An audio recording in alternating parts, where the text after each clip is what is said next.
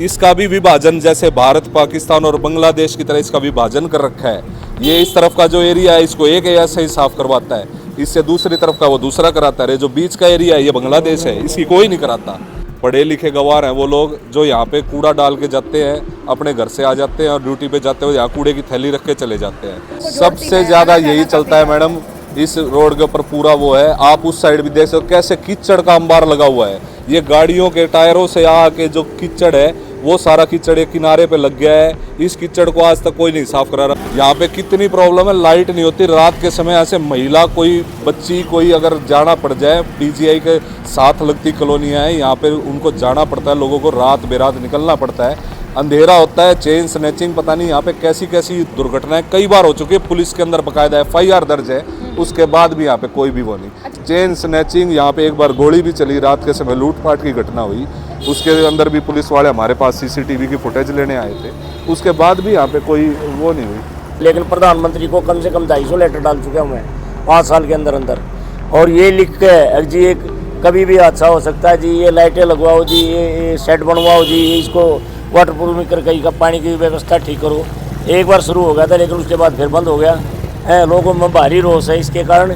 अभी जब प्रधानमंत्री से ही हम ये उम्मीद लगाए रहे थे कि प्रधानमंत्री हमारे इस समस्या का हल करेगा, क्यों 6 मिनटों में तो बहुत बार लगाई हमने, 6 मिनटों का तो कोई मतलब ही नहीं था, वो तो कागज डाल दिया करते, हाँ भाई हो जाएगा। नमस्कार, देख रहे हैं डिजिटल भूमि, आपके साथ में हूँ पायल आहूजा। अभी हम पहुँच चुके हैं रोहतक के ओल्ड ITI रोड पर बने पुल के नीचे अंडरपास पर, जहाँ पर हम आपको बता दें कि हर समय जो है अंडरपास पर पानी भरा रहता है, गंदगी मची रहती है। और आपको बता दें यह जो है समस्या आज से नहीं, ना जाने कितने समय से है। जब से ये अंडरपास बना है हम आपको बता दें कि यह समस्या हर समय ये ज्यों की त्यों बनी रहती है। किसी भी प्रशासन की तरफ से अधिकारी का यहाँ पर कोई ध्यान नहीं है। आपको बता दें ठीक इसके ऊपर जो है मोटर रूम बना हुआ है, जहाँ पर कर्मचारी हमें कभी भी नहीं मिलता, अवेलेबल नहीं होता कि इसकी सफाई की जा सके। पानी मैं आपको तस्वीरों में दिखाना चाहूँगी। ये पानी जो फिलहाल अभी है ये अभी बहुत कम है। अभी कुछ ही देर में या कुछ ही देर पहले जो है यहाँ पर काफ़ी गहरा पानी था। और आपको बता दें जिस दिन अगर बारिश आ जाती है या बारिश के मौसम में कई फुटों पे है, कई फुटों तक जो है यहाँ पर पानी भर जाता है। साथ ही आपको बता दें कि यहाँ पे सिक्योरिटी की अगर हम बात करें, शाम के समय इतना अंधेरा हो जाता है क्योंकि अंडरपास बना हुआ, पुल बना हुआ, तो यहाँ पर लाइट की व्यवस्था जो है वो भी नहीं है। तो इसके चलते यहाँ पर लूटपाट होने की संभावना बनी रहती है। लोगों के एक्सीडेंट होते हैं, हमने अपनी आंखों से देखे हैं, लोगों को देखा है। कई बार हमने अपने चैनल के माध्यम से यह खबर जो है अधिकारियों तक पहुंचाई है, उसके बावजूद भी यहाँ का कोई समाधान नहीं हो पा रहा है। कमाल की बात तो यह है, अधिकारी कहाँ हैं, प्रशासन क्यों सोया हुआ है, क्यों उनको रोहतक की समस्याएं दिखाई नहीं देती। तो इसी के मद्देनजर अभी हमारे साथ जुड़े हैं लोग, उनसे बातचीत करते हैं क्या समस्या जो उनको देखने को मिल रही है। जी क्या नाम है सर? मेरा नाम अतुल शर्मा है जी, और मैं यहाँ का निवासी हूँ। पिछले लगभग 30-40 साल से हमारा परिवार यहीं रह रहा है।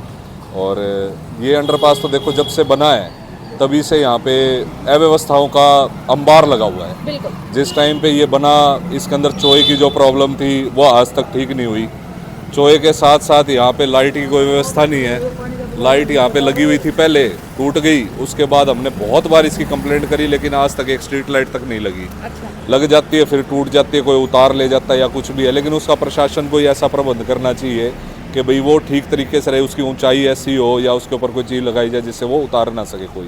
तो दूसरा यहाँ पे गंदगी इतनी फैली रहती है, आप देख ही रहे हो, लोगों के यहाँ पे कूड़ा फेंक के चले जाते हैं। सारा PGI का स्टाफ जितना यहाँ से निकलता है, पढ़े लिखे गवार हैं वो लोग जो यहाँ पे कूड़ा डाल के जाते हैं, अपने घर से आ जाते हैं और ड्यूटी पे जाते हुए यहाँ कूड़े की थैली रख के चले जाते हैं।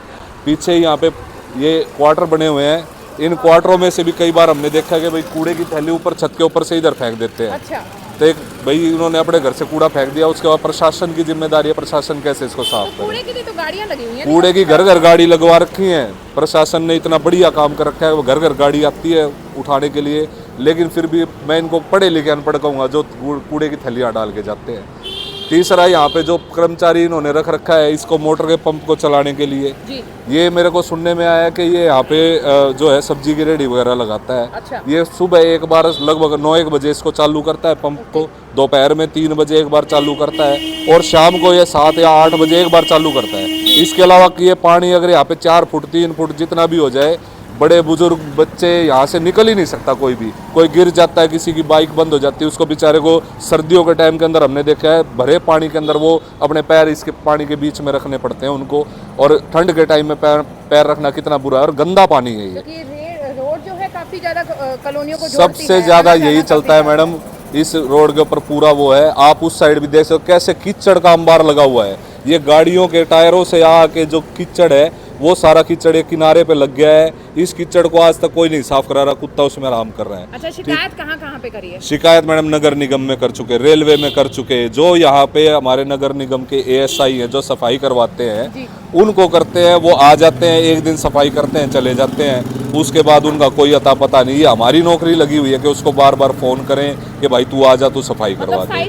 स्थायी समाधान नहीं है। और इसका अंदर भी इसका भी विभाजन, जैसे भारत पाकिस्तान और बांग्लादेश की तरह इसका विभाजन कर रखा है। ये इस तरफ का जो एरिया है इसको एक एरिया से ही साफ करवाता है, इससे दूसरी तरफ का वो दूसरा कराता है। जो बीच का एरिया है ये बांग्लादेश है, इसकी कोई नहीं कराता, इसकी सफाई कोई कराएगा नहीं। आप देखो अंदर हालात, अगर झाड़ू वाला आएगा वो यहाँ तक झाड़ू मार के चला जाएगा, उस साइड वाला उस साइड झाड़ू मार के चला जाएगा, बीच वाले एरिया में तो आज तक किसी ने झाड़ू नहीं रखी होगी। ठेकेदार है, कौन है, क्या है, किसी का कोई अता पता नहीं। बार बार हम इस चीज़ के लिए गुहार लगा चुके हैं। यहाँ पे कितनी प्रॉब्लम है, लाइट नहीं होती रात के समय। ऐसे महिला कोई बच्ची कोई अगर जाना पड़ जाए, पीजीआई के साथ लगती कॉलोनियाँ हैं, यहाँ पे उनको जाना पड़ता है, लोगों को रात बेरात निकलना पड़ता है, अंधेरा होता है, चेन स्नैचिंग, पता नहीं यहाँ पे कैसी कैसी दुर्घटनाएं कई बार हो चुकी है। पुलिस के अंदर बकायदा FIR दर्ज है, उसके बाद भी यहाँ पे कोई भी वो नहीं। पार्षद यहाँ पे रह चुके, बड़े बड़े पार्षदों के नाम नहीं लेना चाहता, पार्षदों ने आज तक सुध नहीं ली। कभी कोई पार्षद यहाँ पे आके यूं देख के गया हो कि भाई यहाँ पे क्या प्रॉब्लम है, बहुत बार बोल चुके हैं। कौन सा पार्षद यहाँ पे पड़ता है इस एरिया में? अब तो देखो नए चुनाव हुए हैं, अब तो इस एरिया का अलग है पार्षद जो है। इस एरिया में अब अनीता मिगलानी जी होगी है, उस एरिया के अंदर मेरे ख्याल से प्रवीण कौशिक है। तो दोनों अलग अलग पार्षद नवनिर्वाचित है। मेरे तो आशा है कि भाई हम उनको भी इस चीज़ का संज्ञान, अपने एरिया को जो उनका एरिया पड़ता है तो उस एरिया में इसको भी जोड़े। अच्छा, आप बता रहे हो कि कई सालों से ये समस्या है जी, तो वोट मांगने के लिए आए थे वो लोग? तो वोट मांगने के लिए तो देखो जी सब आते हैं, वोट मांगना तो देखो उनका अधिकार है, वो तो वोट मांगने आएंगे और हमारी प्रॉब्लम भी सुनते हैं, ऐसी बात नहीं है। लेकिन पता है एक स्थायी समाधान होता है ना, कि भाई स्थायी रूप से इस चीज़ को हमने बिल्कुल ख़त्म कर दिया, वो चीज़ नहीं हो पा रही है। उस आगे सीढ़ियाँ हैं यहाँ पे, ऊपर फ्लाईओवर के ऊपर चढ़ने के लिए सीढ़ियाँ हैं, आप जाके देखो वहाँ पे कितना गंद है। उस सीढ़ी के ऊपर कोई बंदा अगर ऊपर से नीचे उतर रहा है तो खतरा बना रहता है, कब उसका पैर फिसल जाएगा, इतने पत्ते कूड़ा पता नहीं क्या क्या गिरा हुआ है, कोई सफाई नहीं होती वहाँ। कारण क्या मानते हो इतनी? कारण यही है जी, देखो अब उस वहाँ से सफाई नगर निगम से बात करते, वो कहते हैं हमारे पास कर्मचारियों की कमी है, हमारे पास व्यवस्थाएं नहीं है, हमारे पास रेडी नहीं है, इस तरह की बातें करते हैं कि जी अब हमारे पास जब मिनिमम कर्मचारी हो जाते हैं तो वो हफ्ते में एक बार कराने आ जाते हैं, वो भी उनको फ़ोन कर करके बुलाना पड़ता है तो आते हैं। स्थायी समाधान का कोई वो है नहीं। अभी क्या चाहते हैं? हम तो यही चाहते हैं कि देखो ये कोई ज़्यादा बड़ा काम नहीं है कि भाई आपको अपने शहर को साफ करा है, नगर निगम है, इतना बड़ा नगर निगम है रोहतक शहर का, इतना बड़ा इनका बजट है, तो हमारा तो यही कहना है कि भाई इसको सुचारू रूप से DC साहब इसको संज्ञान में लें, नगर निगम कमिश्नर को इसको लूप में लें और लेके इसको सफाई कराना। अगर हिंदुस्तान के अंदर बड़ा काम है तो इससे बड़े बड़े तो बहुत काम है, अगर यही काम नहीं होगा तो फिर बाकी चीज़ों का तो क्या बोले। स्वच्छता के नाम पे तो हमारे देश के प्रधानमंत्री भी लगे हुए हैं कि स्वच्छता, वो अपने जेब से कोई कूड़ा तक नीचे नहीं डालते। और ये कमी में तो मैं हमारे देश के उन लोगों की भी मानता हूँ जो लोग इस तरह का काम करते हैं, कूड़ा यहाँ डाल के जाते हैं, उन लोगों को भी समझना चाहिए कि भाई यहाँ कूड़ा ना डाले, आपके घर घर गाड़ी लगवा रखी है, प्रशासन ने कितनी अच्छी पहल कर रखी है, तो आप कूड़ा उसमें डालो, इसमें क्यों डालते हो। लेकिन अगर कोई डाल भी रहा है फिर भी डाल रहा है तो देखो सफाई कराना उसका काम तो ये प्रशासन का, तो प्रशासन को चाहिए कि समय पे इसकी सफाई करवाए। ये मिट्टी का उठान हो, ये पिल्लर पड़ा हुआ है यहाँ पे, देखो ये पिल्लर यहाँ रास्ते में डालने की चीज़ नहीं है, इसको यहीं पड़ा है तो पड़ा है। दुर्घटना का कितना बड़ा कारण है, कोई गाड़ी इधर से स्लोप है बिल्कुल तेज़ी से आती है, कोई इसमें भिड़ जाए लग जाए तो उसका कौन जिम्मेदार है।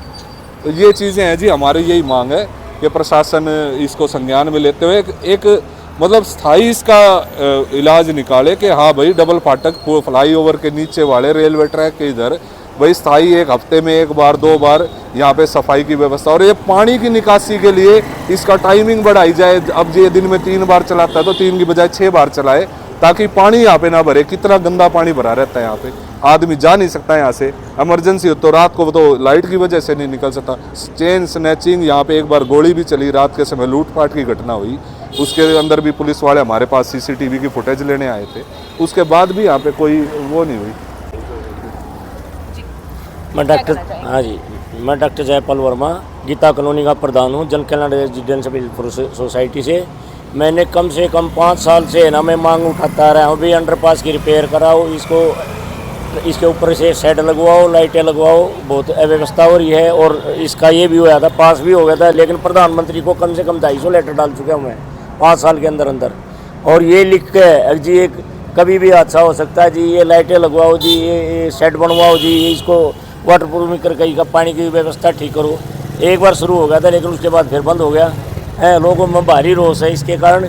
अभी जब प्रधानमंत्री से ही हम ये उम्मीद लगाए रहे थे, एक भी प्रधानमंत्री हमारे इस समस्या का हल करेगा, क्यों सीएम विंडो में तो बहुत बार लगाई हमने, सीएम विंडो का तो कोई मतलब ही नहीं था, वो तो कागज डाल दिया करते, हाँ भाई हो जाएगा। लेकिन पीएमओ में डालने के बाद कुछ ये शेड वगैरह के लिए पाइप वगैरह लगाए थे, लेकिन शेड फिर बंद कर दिया है, ना शेड लगाई ना लाइटें लगाई।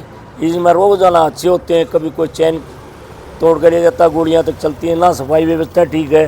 तो लोगों में इस कारण से बहुत इतनी शिकायत कर रहे हैं, इतनी कंप्लेन जारी है, इतनी लापरवाही क्यों देखने को मिल रही है? अभी जी इसके बारे में मैं कुछ नहीं कह सकता, क्योंकि प्रधानमंत्री लेटर के कार्यालय में हम लेटर डालते हैं, वहाँ से हमारे पास मैसेज आता है भाई आपकी समस्या का समाधान हो जाएगा। ये मेरे को तो ऐसा लगता है रेलवे वाले लापरवाही कर रहे हैं, क्योंकि जब प्रधानमंत्री का लेटर के ऑर्डर हो आते हैं तो रेलवे में आते हैं, रेलवे वालों ने शेड बनाने के लिए ये माप तोल करके ये पाइप वगैरह लगवाई थी, बोला जल्दी इसमें शेड बनाई जाएगी, लाइटें लगाई जाएंगी और इसको वाटर प्रूफिंग किया जाएगा, बढ़िया कराया जाएगा। लेकिन उन बातों को भी 1 साल हो गया, फिर ये थोड़ा बहुत करके छोड़ छाड़ गए। बहुत बहुत धन्यवाद जुड़ने के लिए। तो आप लोगों ने देखा अंडरपास की जो शिकायत है, वो लोग जो है यहाँ पर काफ़ी ज़्यादा परेशान है। अभी 10 से 12 मिनट में आप तस्वीरों में देख सकते हैं कि ना जाने कितने व्हीकल जो है यहाँ से निकले हैं, उसमें बुजुर्ग भी थे, बच्चे भी थे और महिलाएं भी थी।